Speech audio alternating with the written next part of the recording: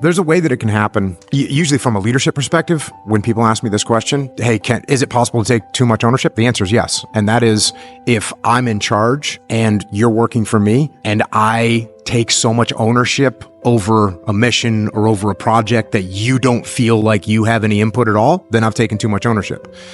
As far as an individual person, there's going to be things in your life that you don't have control over. And, one of the early questions that I got asked about this, like for instance, someone gets a terrible disease or their kids gets a terrible disease, a random disease that's through no fault of anyone, the kid gets sick or the person gets sick. And no, there's nothing you can do about that. What you can take ownership, though, is how you respond to that situation. And so that's what you have to do. There's things that you can control. There's things you can't control. Now, I will tell you that human beings can control a lot more than they think they can.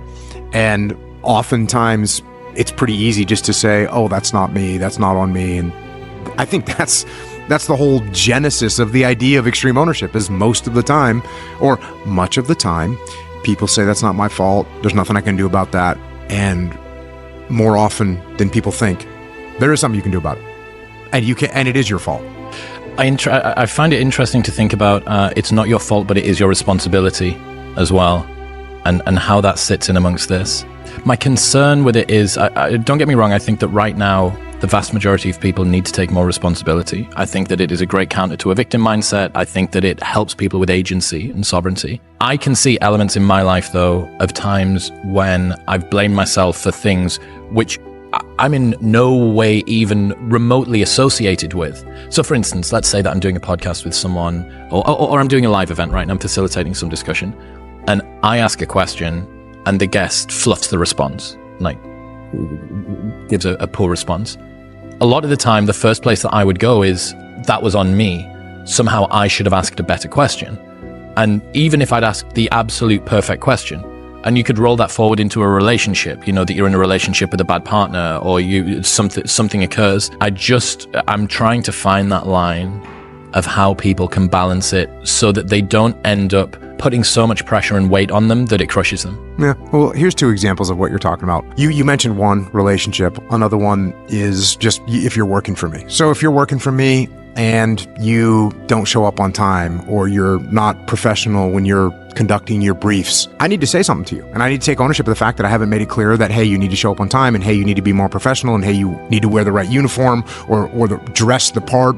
I need to take ownership of that. And maybe if I do, and I talk to you and we discuss why it's important, and you say, oh yeah, I really didn't think about that, and you change your ways and you get on board and you start showing up on time, and you start acting more professional, it's great. We solve the problem. There's also a chance that you're late again, or you show up, with booze on your breath or whatever, and we're meeting with a client, and I say, hey, Chris, you can't do this. Look, I'm serious. You cannot act this way. This reflects bad on all of us. And maybe and I might even say, listen, if you keep this up, you're not even gonna be working here anymore. I'm gonna have to get rid of you. You say, no, I love working with you. It's gonna be great. I won't do it again. And maybe that solves your problem. Or maybe you're late again, or you continue to act unprofessionally, and then I'm gonna get rid of you. I'm going to say, hey, Chris, look, I talked to you. I tried to explain this to you. And at a certain point, this job isn't for you. So that can happen. And I have to take ownership of the fact that you are actually not capable of doing this job that I've asked you. So that's fine. Same thing can happen in a relationship, right? Look, if you're in a relationship with someone and you're bickering about where we're going to go for dinner, or you came home late from work and all you do is, well, I've been working all day. You should respect the fact that I've been working all day. Like that's actually on you. That's actually on you. And you can make adjustments to that. Now, can you get to a point in a relationship where the other person is not a good fit for you? And at some point you say, you know what? I've made these adjustments. I've come home, on time. I've texted you when I was going to be late. And these other things are coming up. And you say, you know what? I don't think this is working. And I don't think this is a good relationship. So at a certain point, you say, okay, I've made the adjustments that I can make, and I have to take ownership of the fact that we're not a good match. So yeah, there's plenty of times where taking ownership means actually solving the problem, not continuing to pour the problem down your neck every night, because that's not very helpful to anybody. So yes, at a certain point, you have to make adjustments and you have to move forward.